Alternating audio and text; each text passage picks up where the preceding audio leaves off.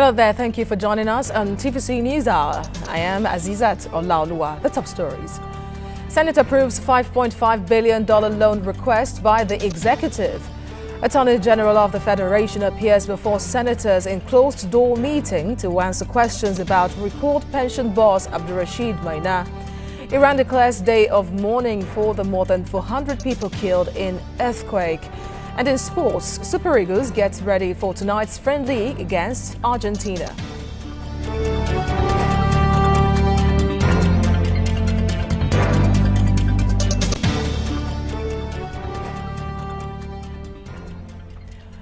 And we begin the news this hour with a story that the Senate has approved the $5.5 billion loan requested by President Muhammadu Buhari. $2.5 billion is to be used to part finance the 2017 budget, and $3 billion will be used to refinance domestic debts. Where the loan was approved after the Senate's Committee on Local and Foreign Debts said it was in line with the borrowing plan of the 2017 Appropriation Act. And after the approval, presiding Deputy Senate President Ike Ekweremadu promised that the Senate would properly oversee all projects the loan is meant to fund. Attorney General of the Federation Abubakar Malami met with a Senate committee investigating pension boss Abdulrasheed Maina's recall. The meeting was held in private and not in public, as earlier requested by Malami. Malami did not object when Senator Emmanuel Polka insisted the meeting would be behind closed door. He did not speak to journalists when he came out, but will meet with the senators again on Thursday for the continuation of the investigation. Senators are probing Malami's decision to facilitate Maina's return to Nigeria and his reinstatement into the civil service. And the Senate says it can now allow Senator Ali Ndume to resume sitting after 8 months away. After a closed-door meeting, the Senate announced that Ndume has served his 6-month suspension and will be allowed back on Wednesday.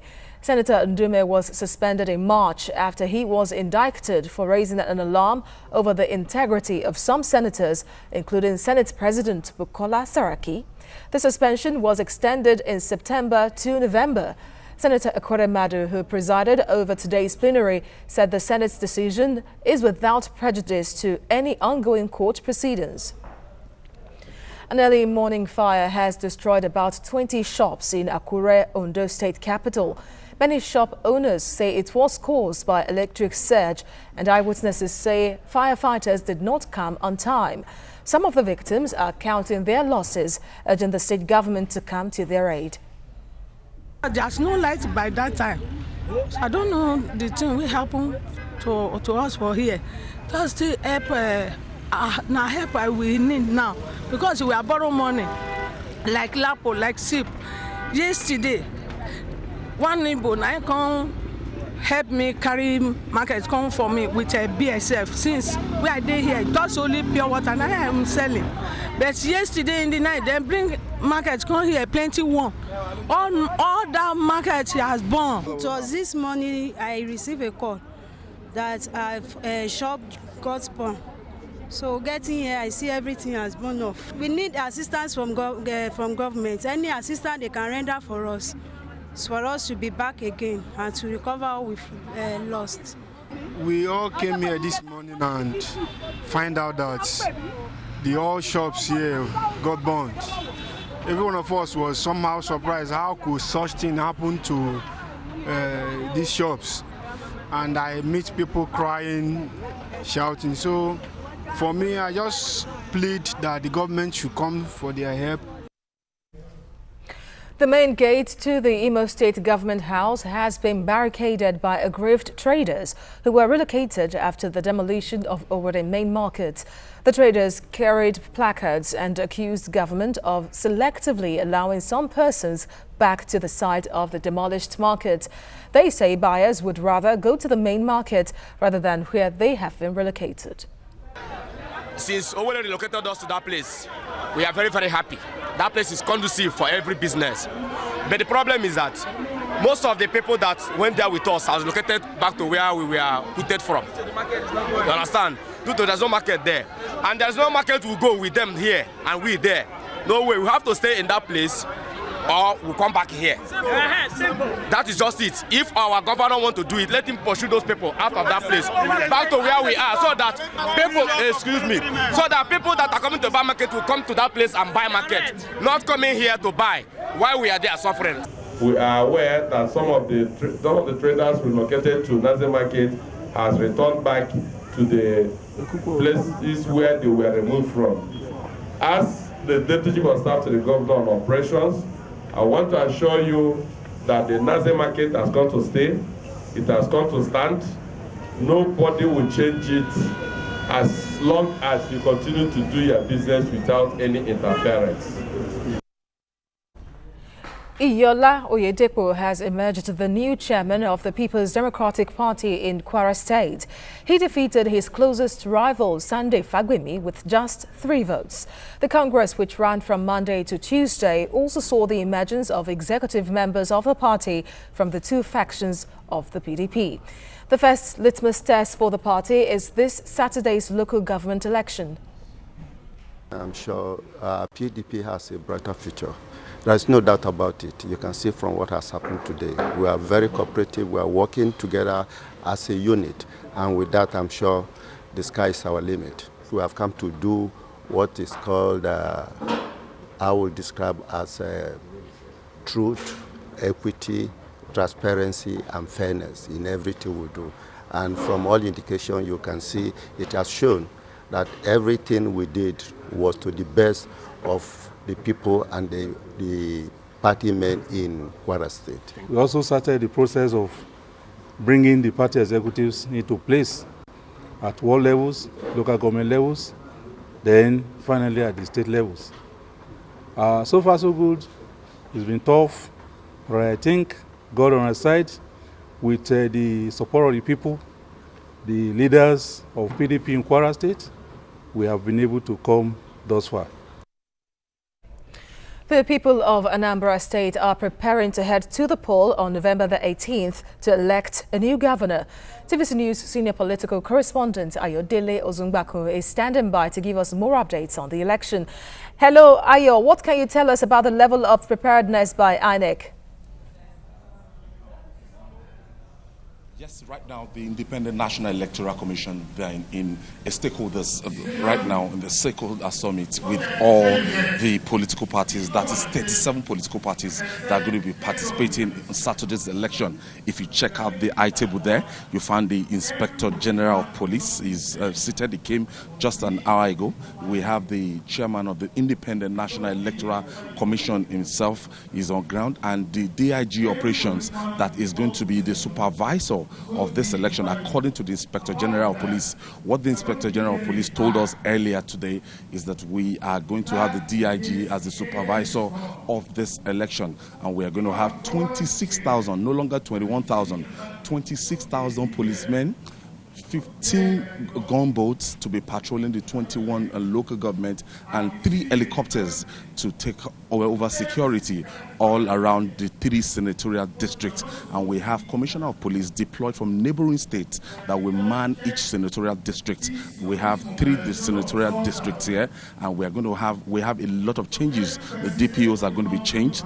Now, what happened like 2 hours ago is that the sitting governor, that is Governor Willie Obiano, he came here, he alleged that his security details have been withdrawn by the Inspector General of Police, and the Inspector General of Police is about addressing this issue now.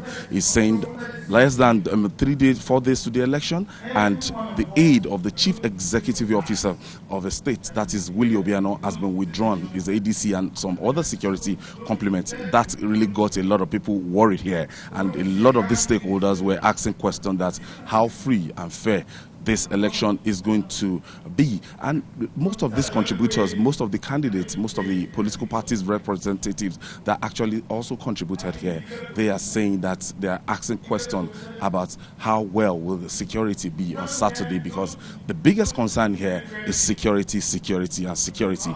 But the Independent National Electoral Commission, they are saying that talking about logistics, talking about materials, talking about deployment, that they've gotten over that they are ready. And Professor Yakub Mahmoud said Saturday's election is sacrosanct, that they cannot shift Saturday's election. That come Saturday, 18th of November, this particular election will hold. And indeed, talking about security and the need for the election to hold, what is the mood like in Anambra, putting in mind the threat by IPOB? A lot of the threat by the iPod, the Onitsha area of this states, they have a large presence of this members of the outlawed indigenous people of Biafra there, and these people are telling their members not to come out, not to vote. We have over 2.1 million registered voters for this particular election. The outcome of next Saturday, the numerical strength of the people that will come out on Saturday will determine how potent this threat is. But what the politicians are doing, they are going across the nook and crannies of the states now to canvass for votes. They have from now till Thursday midnight to do that, and they are doing that rigorously. Most of the politicians, they came here earlier, and most of them, they've been leaving because of their tight campaign schedule. They still had to get to areas to campaign, different areas to campaign, and some of them are still seated. The governor just left sometime, but the candidate of the All Progressive Congress did not even come at all. When I asked one of the officials, he told me that he's busy putting finishing touches into his campaign, and the grand rally for the All Progressive Congress is expected to hold in Oka here tomorrow. So President Muhammadu Buhari is expected to also attend this rally. So most of these political parties, they are trying to pull their weight. They are trying to gather the people together ahead of that election, and so that by Friday, it's just no campaign day. It's a no campaign day. It's going to be talking about logistics, security, and what people will be getting ready for what is going to happen on Saturday. But according to Professor Mahmoud said INEC is good to go. But a major collaborator with this election is security. And earlier, as we started this event some 4 hours ago, the Inspector General of Police wasn't on ground. So he just walked in like an hour ago, and he has been addressing several security concerns, and he has been telling people, wait a minute, that the DIG operations is going to lead this onslaught, and they are going to be across the 3 senatorial districts by the Commissioner of Police there. There are going to be gunboats, a lot of deployment, and he's saying 26,000 policemen with other paramilitary, other security agencies are going to participate in this exercise. Ayodele Ozugbaku, our senior political correspondent, thank you for your updates at this time in the build-up to the Anambra governorship election to hold this Saturday. He just told us about 26,000 police officers will be deployed, and President Muhammadu Buhari is expected in that state tomorrow for the All Progressives Congress campaign. Still to come on TV's News Hour.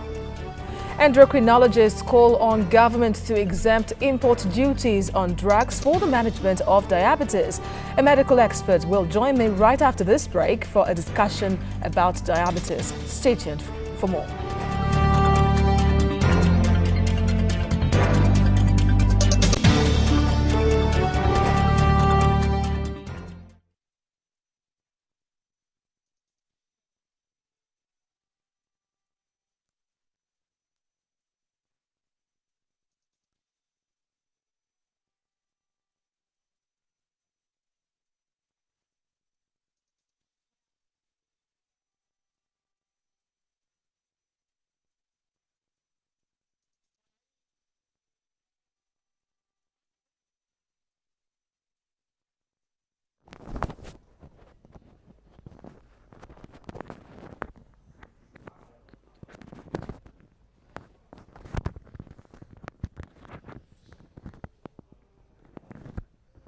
Yeah. She's a doctor. How do we address you, your designation? I'm an endocrinologist. Okay, she's an endocrinologist. Where am I looking at?